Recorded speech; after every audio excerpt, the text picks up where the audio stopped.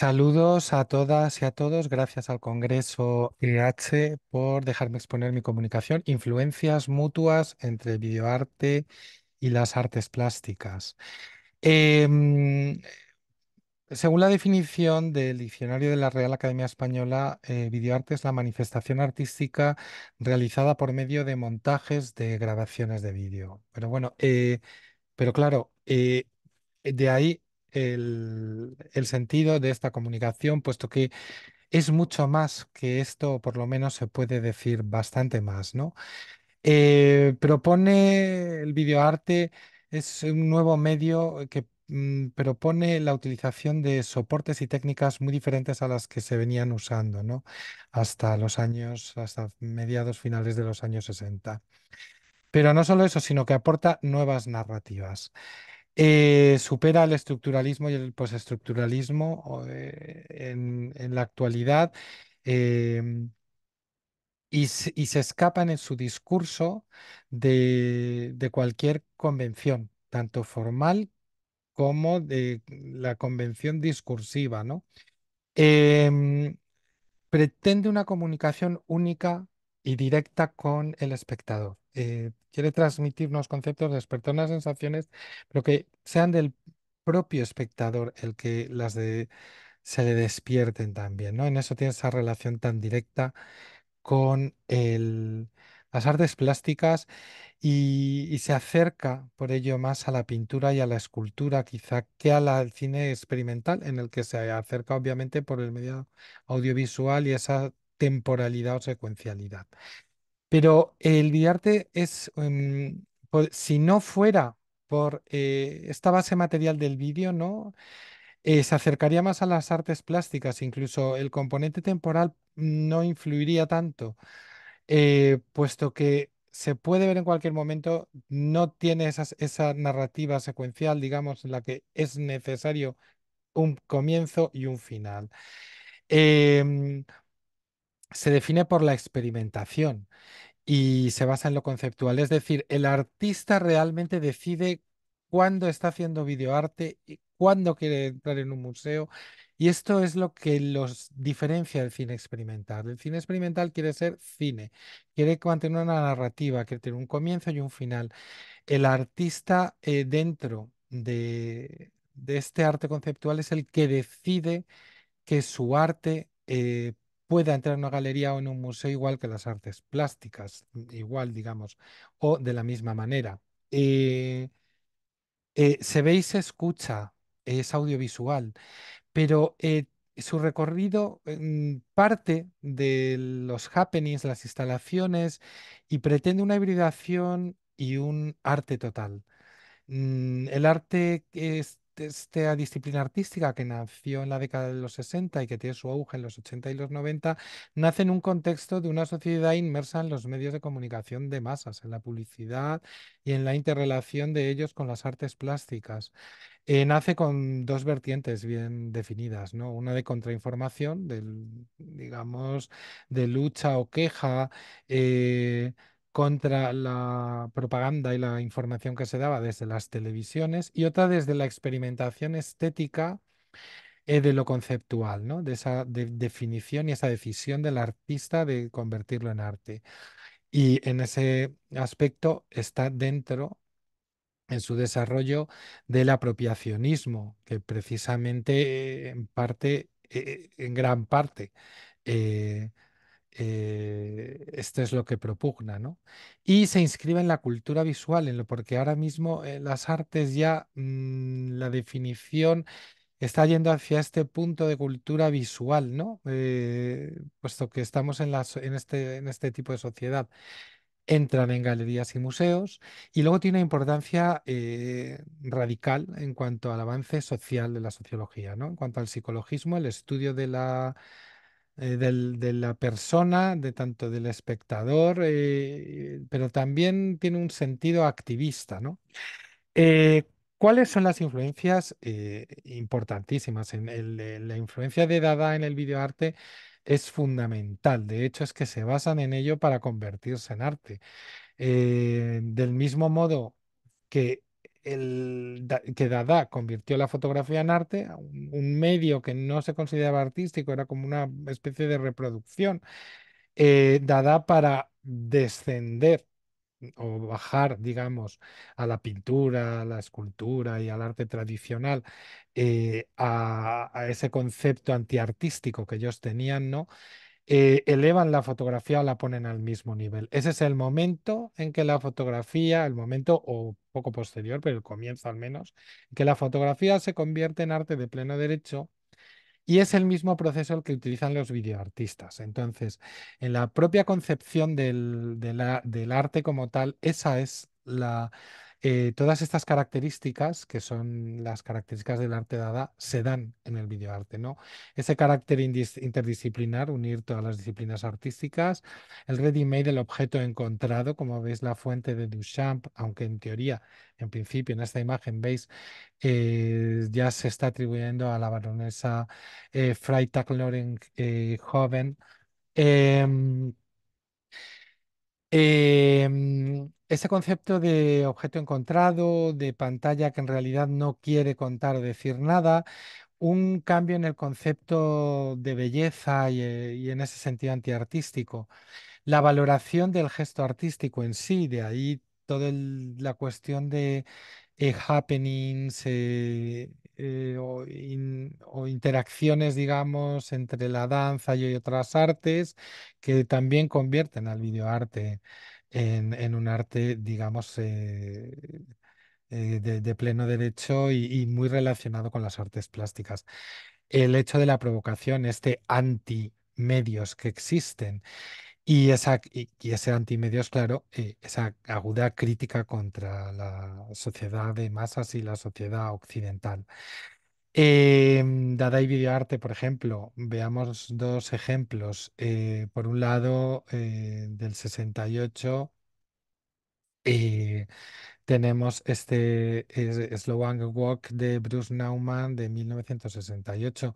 Y a la derecha está, la fecha no es 1923, obviamente es 2023, una obra de Tiona Nekia McCloden dedicada de Brad Johnson, en el que está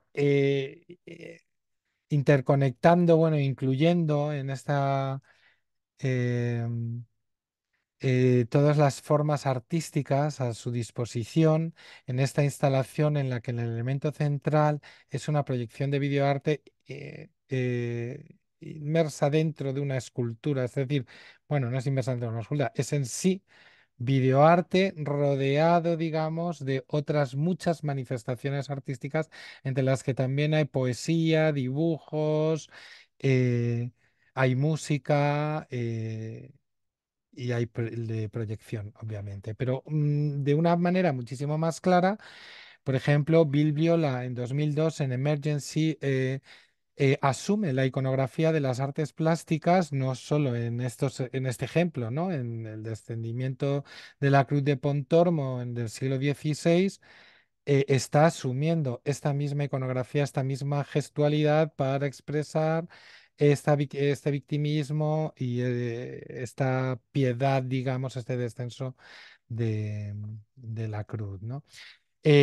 No tanto quizá en el videoarte psiconológico en el sentido de esa indagación, pero por lo menos sí es iconográficamente en este mismo sentido.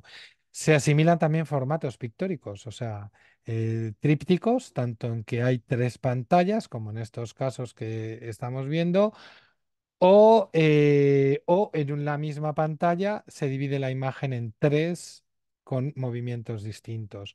También en división de retablo, cuando en muchísimas pantallas unidas en muchos casos, en algunos casos con escultura, o en el caso inferior, en el primer caso, el sentido mural, este grandioso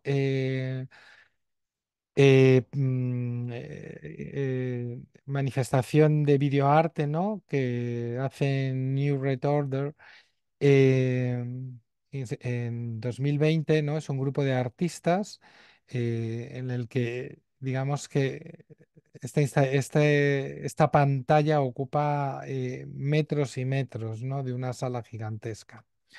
En cuanto a las técnicas, por ejemplo, he visto similitudes en la antropometría de Yves Klein, ¿no? De una mujer cubierta con pintura que se acerca sobre un papel a dejar su impronta. Pues Nam June Paik y Charlotte Muman organizan algo similar en 1965, 5 años más tarde, una galería en Alemania con estas 24 horas en las que de una proyección cada persona puede desfilar y ver su impronta en la pared. Bueno, no es impronta como tal, porque es efímero, sería una impronta de videoarte, ¿no? Pero también este tipo de interacciones con el público se manifiestan con retardo, de modo que no solo es una proyección de una sombra. Similitudes formales como colores y trazos de Katharina Gross y Pipilotti Rist. Los videoartista Pipilotti Rist utiliza colores muy similares a Katharina Gross, que a su vez estos colores están identificados en cierto modo con el arte feminista, ¿no? También podríamos hablar de otras fotógrafos como Ukalele. Em, Tienden, digamos, hacia este colorido. O influencias del videoarte en la pintura, como en Juan Genovés, en esta obra de El vino, y de que vemos similitudes totalmente con Alba Matilla, en esta proyección de videoarte, proyección sobre un cuadro, de forma que se vean bien los trazos. Em, por ejemplo, anterior, en 1975, ya vemos las influencias del videoarte sobre Juan Genovés en este Gente Corriendo, pero en el 92 Sigmar Polk reconoce también eh, la influencia del videoarte en sus obras pictóricas, ¿no? En esta especie de interferencias en la retransmisión o experimentaciones que se llevaban a cabo en videoarte y escultura desde prácticamente los primeros artistas, Nan June Paik, con estas dos obras en las que las, eh, las pantallas de videoarte eh, son convertidas en esculturas, ¿no? Hay una hibridación de disciplinas. O incluso más claramente quizás Wolf Hostel, ¿no? Porque esto que es que él era escultor, pero es que además hacía videoescultura. En este caso, por ejemplo, hay un decollage. Él es miembro de Fluxus, entonces están muy acostumbrados a grabar sus happenings y sus experiencias.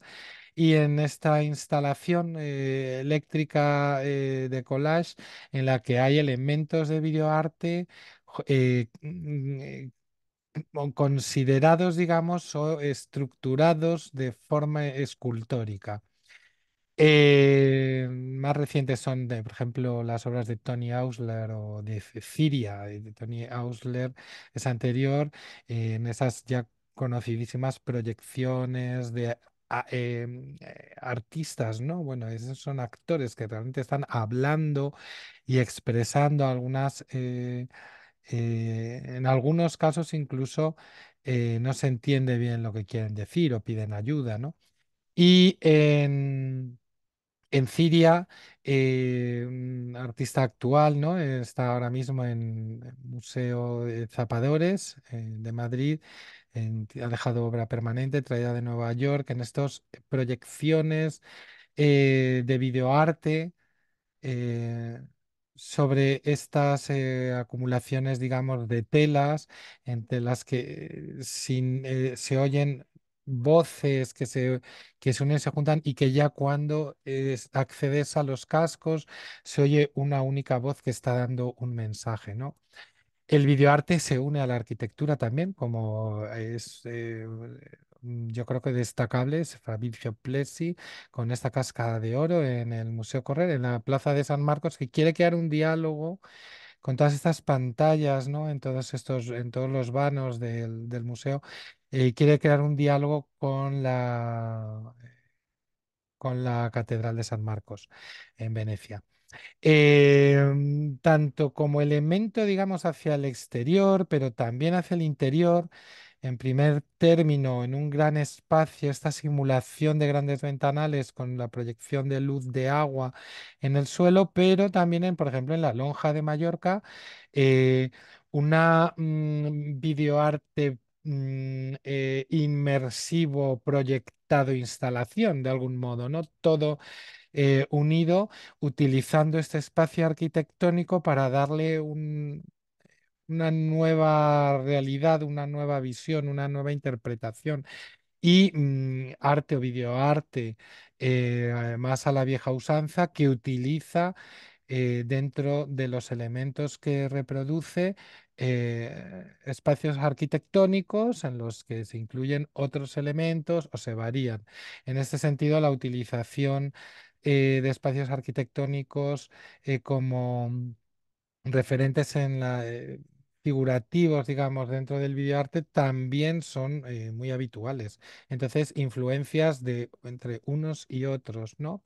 Y entre videoarte y espacio urbano, por ejemplo, esta videoinstalación de Jaume Plensa, que realmente se convierte ya en un espacio de interactuación en el medio, en el espacio urbano de los espectadores que están mojándose en la fuente y en esa grandiosa pantalla que está integrada dentro de un parque rodeada de edificios en Chicago, en la que van sucediéndose y no sucediéndose porque narren quizá una historia, sino simplemente porque se van moviendo, son imágenes en movimiento.